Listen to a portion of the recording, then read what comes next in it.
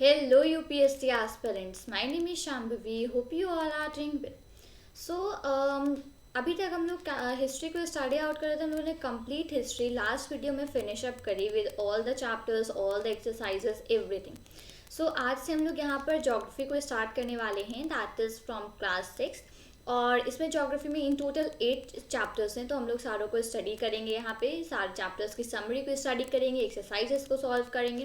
तो इसका कंप्लीट हम लोग यहाँ पे पढ़ेंगे. तो जो बुक मैंने रेफर कर रही हूँ यहाँ पे ज्योग्राफी के लिए, दैट इज़ NCERT.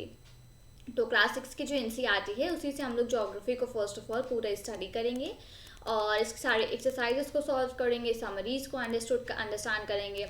जो भी इंपॉर्टेंट टॉपिक्स इसमें हैं उनको हम लोग डिटेल में स्टडी आउट करेंगे. ठीक है, तो आज से हम लोग यहाँ पे स्टार्ट आउट करते हैं ज्योग्राफी का chapter number 1, that is the earth in the solar system. The earth in the solar system. अब मे बी अच्छा, one more thing before moving forward. May be आपको ये लगेगा कि मैंने बहुत पहले तो ये सब चीज़ें पढ़ चुकी हैं, इनको दोबारा पढ़ने की क्या ज़रूरत है and all those things. But if you are preparing for the UPSC and you are a person who is pursuing those things, तो आपके लिए ज़रूरी है हर एक चीज़ को काफ़ी डिटेल में पढ़ना. और जो भी यहाँ पे टर्मिनोलॉजीज़ हैं, जो भी चैप्टर के बीच में डिफरेंट टर्मिनोलॉजीज़ हैं, उनको स्टडी आउट करना, उनको याद रखना, वो बहुत ज़्यादा इंपॉर्टेंट है. ठीक है, तो इसलिए यहाँ पे आपको डिटेल में इन चीज़ों को स्टडी आउट करना चाहिए और ये नहीं सोचना चाहिए कि मैं ऑलरेडी पढ़ चुका हूँ, दोबारा इसको पढ़ने की क्या ज़रूरत है. ठीक है, let's start it out. Let's start the first chapter, the earth in the solar system. अब सोलर सिस्टम के बारे में हम सब लोग जानते हैं. सोलर सिस्टम में डिफरेंट प्लैनेट्स होते हैं. तो उन प्लैनेट्स में ही एक प्लैनेट होता है अर्थ, जिस पे हम लोग रहते हैं. तो उसी के बारे में हम लोग आज यहाँ पर चैप्टर पूरा डिटेल में स्टडी आउट है. How wonderful is it to watch the sky after sunset. अब सनसेट के बाद सब लोग को स्काई देखना बहुत पसंद होता है, राइट. कुछ अलग सा, कुछ ऑरेंज कलर का, कुछ येलो, काफ़ी मिक्सचर ऑफ कलर्स होते हैं स्काई में जब सनसेट होने के बाद, राइट. या फिर जब सनसेट हो रहा होता है तो भी बहुत अच्छा लगता है देखने में. One would first notice one or two bright dots shining in the sky. अब सनसेट के बाद हम लोग को स्काई में कुछ जो डॉट्स हैं वो शाइन करती हुई दिखती हैं. ठीक है, जैसे जैसे और होता है, जैसे जैसे और टाइम होता जाता है, वैसे वैसे उन डॉट्स का नंबर इंक्रीज होना चाहता है. You can not count them any more. अब कुछ टाइम बाद वो इतनी ज़्यादा हो जाती हैं कि आप उनको काउंट नहीं कर सकते हैं. The whole sky is filled with tiny shining objects. पूरा का पूरा आसमान छोटे छोटे शाइनिंग ऑब्जेक्ट से फिलअप हो जाता है. Some are bright, others dim. कुछ ब्राइट होती हैं, कुछ डिम होती हैं. तो इस तरीके से चलता है. It seems as if the sky is started with diamonds. अब देखने में ऐसा लगता है पूरा स्काई जब ब्लैक हो जाता है तो उसमें जब वाइट और कुछ शाइनिंग ऑब्जेक्ट्स हमको दिखाई देते तो ऐसा लगता है कि स्काई में बहुत सारे डायमंड्स हैं वहाँ पे, right. They all appear to be twinkling. अब वो ट्विंकल करते हुए हम लोग को ऐसा, उसके अगर आप गौर से देखोगे तो ऐसा लगता है कि जो भी टाइनी ऑब्जेक्ट्स हैं ये ट्विंकल कर रहे हैं, टिमटिमा रहे हैं. But if you look at them carefully you will notice that some of them do not twinkle as others do. But अगर आप उस पर आप केयरफुली देखोगे तो आपको ऐसा लगेगा कुछ ऑब्जेक्ट्स ट्विंकल करते हैं और कुछ नहीं करते हैं. They simply glow without any flicker just as the moon shines. जिस तरीके से मून शाइन करता है वो ऑब्जेक्ट्स भी उसी तरीके से सिंपली ग्लो करते हैं और सिंपली शाइन करते हैं. वो फ्लिकर नहीं करते, मतलब कि वो ट्विंकल नहीं करते. All with these bright objects you may also see the moon on most of the days. अब ये जो ब्राइट ऑब्जेक्ट्स हैं इनके साथ साथ आप मून भी, मोस्ट ऑफ द डेज हम लोग को मून दिखता है. अब कभी बादल वगैरह हो तो उसकी वजह से नहीं दिखता है, but generally most of the days हम लोग मून को देख सकते हैं आसमान में. It may however appear at different times in different shapes and at different positions. अब कई बार अलग अलग टाइम पे निकलता है मून, कई बार अलग अलग शेप का होता है, अलग अलग डिफरेंट पोजीशंस पे होता है moon.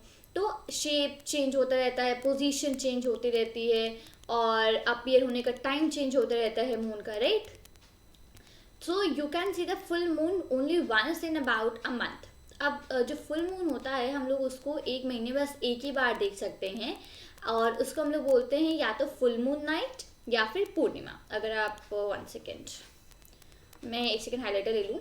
So that is called the full moon night और पूर्णिमा। ये दो टर्म्स होते हैं जो यूज़ होते हैं जब फुल मून होता है, कंप्लीट मून, जो हम लोग को पूरे मंथ में एक बार देखने को मिलता है। So that is full moon night और पूर्णिमा। A fortnight later you cannot see it at all. It is a new moon night or अमावस्या। अब ऐसी रात जहाँ पे आप इनको नहीं मून को नहीं देख सकते हो, it is a new moon night और अमावस्या, उसको बोलते हैं हम लोग न्यू मून नाइट या फिर अमावस्या। सो हियर, ठीक है, ये on this day you can watch the night sky best provided it is a clear night. अब जिस दिन न्यू मून नाइट या फिर अमावस्या होती है तो उस दिन जो लाइक स्काई होता है, नाइट स्काई बहुत ही क्लियर होता है, ठीक है। उस दिन पे आप जो नाइट स्काई होता है उसको बहुत ही क्लियरली, बहुत ही साफ तरीके से देख सकते हो।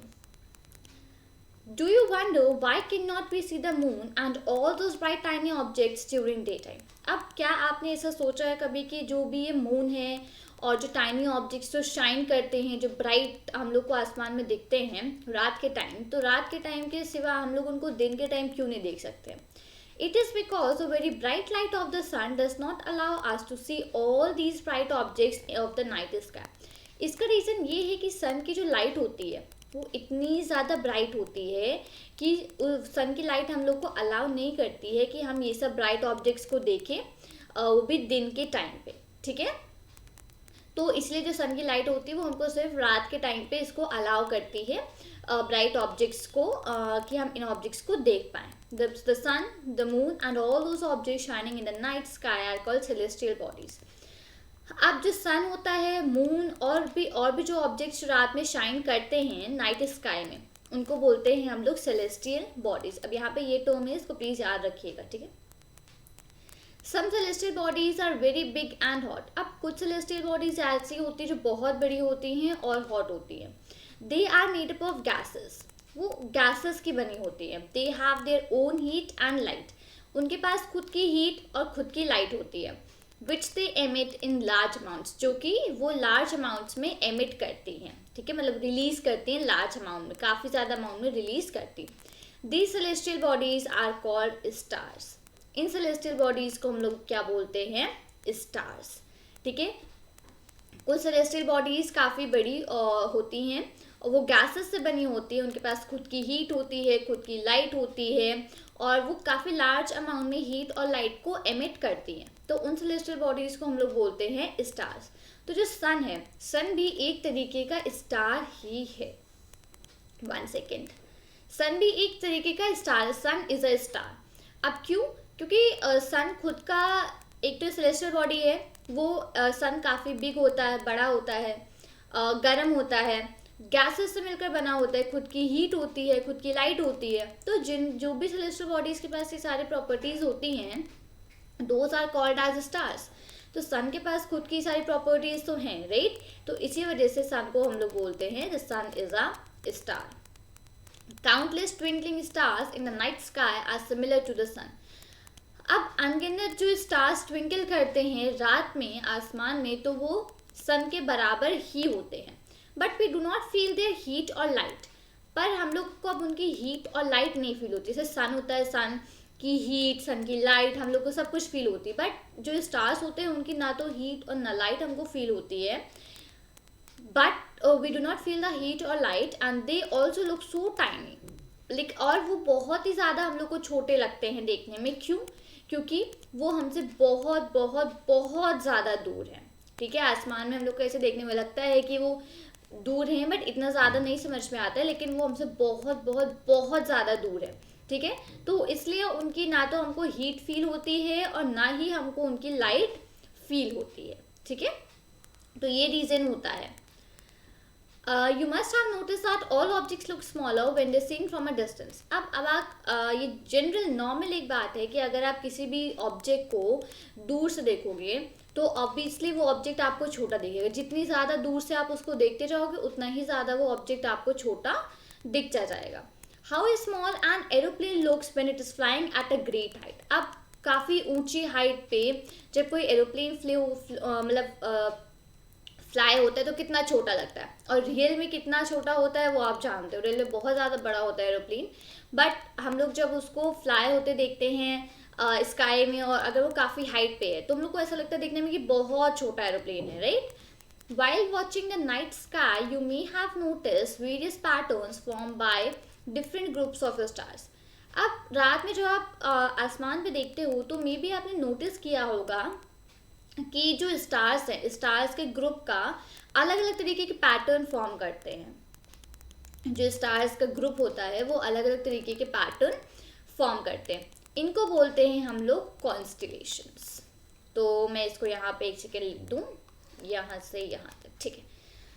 तो रात में जब हम लोग नाइट स्काई में ये सब चीज़ें देखते हैं तो आपने नोटिस किया होगा बहुत सारे तरीके के अलग अलग पैटर्न्स फॉर्म होते हुए दिखते हैं स्टार्स के ग्रुप से, राइट. तो उनको बोलते हैं हम लोग कॉन्स्टिलेशंस. उर्सा मेजर और Big Bear is one such constellation. Ursa Major और बिग बियर ये कुछ इसी तरीके के कॉन्स्टिलेशंस हैं. दो नाम यहाँ पे दिए हुए हैं, ठीक है.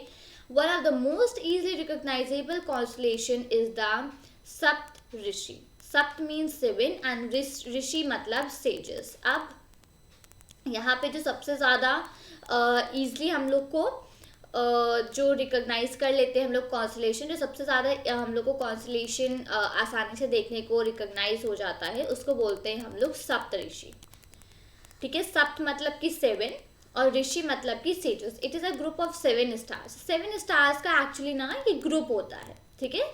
7 स्टार्स का ये ग्रुप होता है. 1 second. It is a group of 7 stars. Figure 1.1 that forms a part of Ursa Major constellation. अभी जो फिगर 1.1 है यहाँ पे एक उर्सा मेजर कॉन्स्टिलेशन का पार्ट फॉर्म करता है. अब एक second. Saptarishi and the North Star. यहाँ पे ये नॉर्थ स्टार होता है, ठीक है. 1 second. Right. Now ask someone else in your family or neighborhood to show you more stars, planets and constellations in the sky. अब आप अपने किसी बड़े पर्सन से, अपनी फैमिली में या अपने आसपास किसी से भी कहो कि आपको वो बहुत सारे ज़्यादातर स्टार्स, प्लैनेट्स और कॉन्स्टेलेशंस दिखाए स्काई में, ठीक है. अब आप क्या करोगे, आज रात में आप जाओगे अपनी छत पे, टेरेस पे, वहाँ से जाके आप स्काई में देखिएगा और आप देखिए कि आप वहाँ पे क्या चीज़ रिकॉग्नाइज कर पाते हो, ठीक है. स्टार्स को ऑब्जर्व करिएगा, मून, इन सब चीज़ों को. In ancient times people used to determine directions during the night with the help of stars. अब पहले के समय में क्या होता था, जो लोग होते थे वो रात में जो डायरेक्शंस होती थी उसको स्टार्स की हेल्प से पता लगाते थे कि कौन सा डायरेक्शन, मतलब स्टार्स की हेल्प से डायरेक्शंस का पता लगाया करते थे. The north star indicates the north direction. It is also called the pole star. अभी यहाँ पे जो नॉर्थ स्टार है ये वाला, ठीक है, ये नॉर्थ स्टार. अब ये नॉर्थ स्टार जो है ये नॉर्थ डायरेक्शन को इंडिकेट करता है और इसको बोला जाता है पोल स्टार, ठीक है. It always remains in the same position in the sky. ये स्काई में हमेशा सेम पोजिशन पर ही रहता है, इसकी पोजिशन नहीं चेंज होती है, ठीक है. इट ऑलवेज अच्छा ठीक है, ये मैंने बोल दिया. We can locate the position of the pole star with the help of the Saptarishi. अब ये जो पोजीशन होती है स्टार्स की, ठीक है, इसकी जो पोजीशन होती है पोल स्टार की वो हम लोग सप्त ऋषि की हेल्प से पॉइंट आउट कर सकते हैं. अब सप्त ऋषि मतलब कि 7 सेजेस, 7 स्टार्स, राइट. अब आप यहाँ पे इस डायग्राम पे देख लो कि 7 स्टार्स आपको कहाँ दिख रहे हैं, ठीक है. 7 स्टार्स आपको कहाँ दिख रहे हैं, आप इस पर देख लो एक बार. Great. So 1 second. With the help of the Saptarishi, look at the figure 1.1. You will notice that if an imaginary line is drawn joining the pointer stars and extended further, it will point to the pole star. अब आप एक बार image number 1.1 पे आप उसको देखो और उसमें आपको ऐसा नोटिस का मतलब देखोगे कि जो इमेजिनरी लाइन है, ठीक है, अगर उसे पॉइंटर स्टार से ज्वाइन करके बना दी जाए और उसे ज़्यादा आगे तक एक्सटेंड कर लिया जाए तो पोल स्टार पे पॉइंट करेगी. अब जैसे कि ये जो लाइन है ये हमारे पॉइंटर स्टार्स हैं, राइट. अगर पॉइंटर स्टार्स पे हमने लाइन बनाई और उसको हमने अगर काफ़ी आगे तक उसको एक्सटेंड करनी, मतलब आगे तक बढ़ा दी, तो हमको यहाँ पे पोल स्टार अपना दिख जाएगा, ठीक है. तो इस तरीके से होता है यहाँ पे. Some celestial bodies do not have their own heat and light. अब कुछ celestial bodies ऐसी होती हैं जिनके पास खुद की हीट और लाइट नहीं होती है. They are lit by the light of the stars. ये जो स्टार्स की लाइट होती है, उन स्टार्स की लाइट से ही ये चमकते हैं। Some bodies are called, such bodies are called planets. इस तरीके की बॉडीज को हम लोग क्या बोलते हैं? प्लैनेट्स। अब जो सेलेस्टियल बॉडीज जिनके पास खुद की हीट और लाइट नहीं होती है और वो स्टार्स की लाइट होती है उससे चमकते हैं, तो उनको बोलते हैं हम लोग planets. The word planet comes from the Greek word planetai which means wanderers. अब जो प्लैनेट वर्ड है वो एक ग्रीक वर्ड से आया जिसका नाम था प्लैनेटाई, ठीक है, प्लैनेटाई, और जिसका मतलब था वॉन्डरर्स, ठीक है, मतलब वंडर करने वाले, मतलब सोचने वाले, वॉन्डरर्स, ठीक है। The earth on which we live is a planet. अब अर्थ, हमारा जो धरती, इस पे अर्थ हम लोग जिस पे रहते हैं, वो क्या है? एक प्लैनेट ही है। It gets all its heat and light from the sun. इसको अपनी सारी की सारी जितनी भी हीट लाइट सब कुछ है वो सन से मिलती है, which is our nearest star, जो कि अर्थ का सबसे नियरेस्ट स्टार है। अर्थ का सबसे नियरेस्ट स्टार है सन, तो सन से ही हम लोग को हीट और लाइट सब कुछ पूरी मिलती है। If we look at the earth from a great distance, अब अगर हम लोग अर्थ को काफ़ी डिस्टेंस से देखें, से द मून, मतलब मून से अगर हम लोग अर्थ को देखें, तो it will appear to be shining just as the moon. तो ये भी हम लोग को ऐसा ही शाइन होता हुआ दिखेगा जैसे कि मून शाइन होता हुआ दिखता है। The moon that we see in the sky is a satellite. अब मून जिसको हम लोग स्काई में देखते हैं वो एक सैटेलाइट है। It is a companion of our earth and moves around it. तो जो मून है वो हमारे अर्थ के चारों तरफ घूमता रहता है, moves around the earth, around direction में अर्थ में वो रोटेट करता रहता है। Like our Earth, there are 7 other planets that get heat and light from the sun. हमारे अर्थ के तरीके और वहाँ पे 7 प्लैनेट्स हैं जो कि जिनको की हीट और लाइट सन से मिलती है, जिसमें से कि some of them have their moons too, और जिसमें से कि कुछ प्लैनेट्स ऐसे हैं जिनके पास खुद का मून भी है, ठीक है।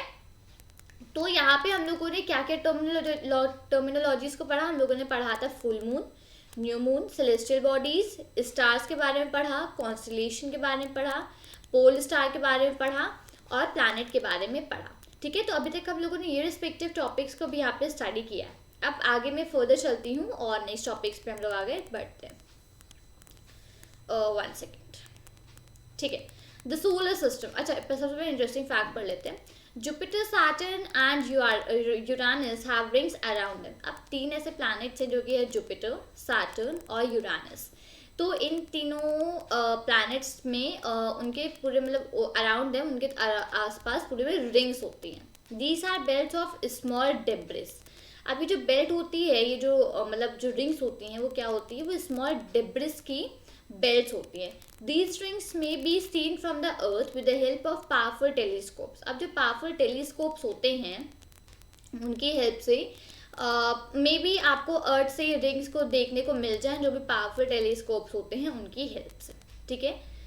The solar system, the sun, 8 planets, satellites and other celestial bodies known as asteroids and meteorites, 1 second, form the solar system. क्या क्या चीज़ सोलर सिस्टम को फॉर्म करते हैं? सन, जो 8 प्लैनेट्स हैं, सैटेलाइट्स, कुछ अदर दूसरी सेलेस्टियल बॉडीज जो कि जिनको बोलते हैं हम लोग एस्टेरॉइड्स और मीटियोराइट्स। तो ये सारी जो चीज़ें हैं, ये सारी चीज़ें मिलाकर फॉर्म करते हैं solar system, form the solar system. We often call it a solar family when with the sun as its head. हम लोग इसको जनरली सोलर फैमिली भी बोलते हैं, जिसमें से कि जो सन होता है वो इनका हेड होता है, ठीक है। ग्रेट। तो यहाँ पे ये पूरा बना हुआ है हम लोगों का सोलर सिस्टम पूरा कंप्लीट यहाँ पे डिफाइन हो रखा है। एक्सप्लेन मैं इसको भी करती हूँ, ठीक है, राइट। ओके, इसका एक्सप्लेनेशन हम लोग अब आज इस रिस्पेक्टिव वीडियो में नहीं देखेंगे। इसका एक्सप्लेनेशन मैं आपको नेक्स्ट वीडियो में दूंगी, नॉट राइट हियर, ठीक है। बट मैं आपको एक चीज़ बताती हूँ यहाँ पर पहले कि ये है हमारा सोलर सिस्टम पूरा। इसमें जितने भी हमारे पास प्लैनेट्स है, सारे के सारे प्लैनेट्स हम लोग को यहाँ पे बता रखे गए हैं और इनके बारे में काफ़ी नॉलेज हमको यहाँ पे दे रखी है। तो इस रिस्पेक्टिव चीज़ को हम लोग पढ़ेंगे नेक्स्ट चैप्टर में, ठीक है, नेक्स्ट वीडियो में एक्चुअली, राइट। आज हम लोगों ने इस रिस्पेक्टिव चैप्टर में कई सारी टर्मिनोलॉजीज को पढ़ा, कई सारे ऐसे पॉइंट्स को पढ़ा जो कि आपको ध्यान रखने चाहिए और जो कि आपको एब्सोल्युटली आपको इनको याद करना चाहिए, क्योंकि ये टर्म्स काफ़ी इंपॉर्टेंट होते हैं। आई नो कि आपको ये सारी बातें ऑलरेडी पता हैं, काफ़ी हो सकता है आप काफ़ी नॉलेजेबल हो, बट रेदर दैन उसके सिवा भी अगर आप प्रिपरेशन कर रहे हो, so yes it's very much important to take care of all of these respective terms which are described up today. ठीक है, राइट। सो उम्मीद करती हूँ कि आपको वीडियो अच्छा लगा होगा। वीडियो अच्छा लगा हो तो वीडियो को लाइक करें, वीडियो को अपने फ्रेंड्स के साथ शेयर करें और चैनल को सब्सक्राइब करना मत भूलिएगा। मिलती हूँ आपसे नए वीडियो के साथ। Till then thank you and take care. जय हिंद।